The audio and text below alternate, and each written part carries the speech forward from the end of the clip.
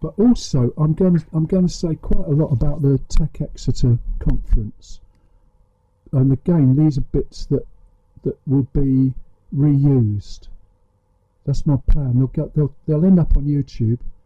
Please add comments or tweet to us now, WENOTNO, and then gradually work. It will work through it. How I got into this, I did have the idea of a workshop looking at the different ideas about online learning during lockdown, after lockdown, and now, which roughly goes that online learning was seen as a boom area during lockdown. I think the easiest way of explaining this is look at the share price for Zoom, and there was a sort of parallel conversation about whether learning would work online or whether it wouldn't, and I don't think any resources actually shifted on the campus. I think the staff were expected to make it work somehow, but there was lots of conversation about it. Anyway, I think this is something to come back to later on, and it wasn't part of the Tech Exeter conference, but I can understand it. They're mostly interested in the coding, the AI, the technical ends of it.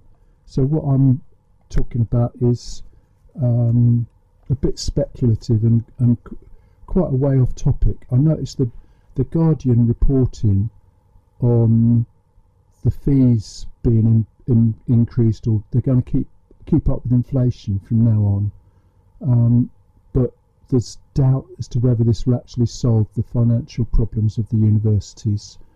But nowhere in the Guardian reporting or the editorial was there anything about moving online as a possible way of making it cheaper, so the debt would be lower, might be more flexible, students could be working as well as doing a part-time course, let's say, because there's quite a lot of evidence that jobs are part of the student experience, and also commuting, depending on where accommodation can be afforded. But anyway, what I wanted to say was I've put this to one side for a bit, but I will come back to it later in the show, because what they are talking about in the Tech Exeter conference is significant enough that if you just stay with that, all sorts of other things I think will follow from it. So I'll try and do three or four clips that would work as separate clips. Sorry, I'm just having to explain what I'm doing and work out this show as we go along. It is the We Don't Know show. So what We Don't Know means is that we're in one aspect is we're trying things out. So the keynote from Lily Eva Bartha had the formal title, New Approaches to the Digital Asset Production Pipeline for Virtual Production and Spatial Computing. Lanes, pipeline for lanes. So what it is what I took from it was digital design of clothing.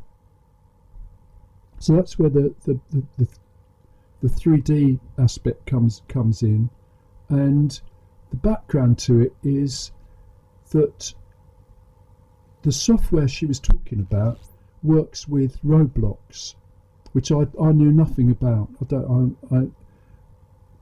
This is it might just be me. There may be lots of people listening who know about Roblox, but it's a games platform, and some of those games are virtual worlds. So I don't know that there's just one virtual world. I think it's a platform in which you can have lots of virtual worlds. And I knew about this sort of thing with Second Life and also Twinity quite a long time ago, and I thought all of that had just gone away, but it hasn't. It's come back as Roblox, and there's a couple of things about it. There's 40% of the users are aged under 13, and the fastest growing sector is, or age group, is 17 to 24. So what I get from that is that the kind of people who would be in school or starting a degree or a postgrad course are also the sort of people who might be in a virtual world. So this idea that mobile phones are a terrible danger and must be done away with, made illegal or confiscated, I think it's just out of balance. I think clearly there is some sort of learning which does happen, and the schools, the universities, people might just as well work with it. So that was the main thing I got out of it. But just to explain the keynote, garments are viable. It's a viable business to design in 3D all kinds of accessories or clothing for avatars in these virtual worlds, and you can have a digital asset production pipeline, and that must be relevant to radio, I think. MP3 clips ought to be a lot easier.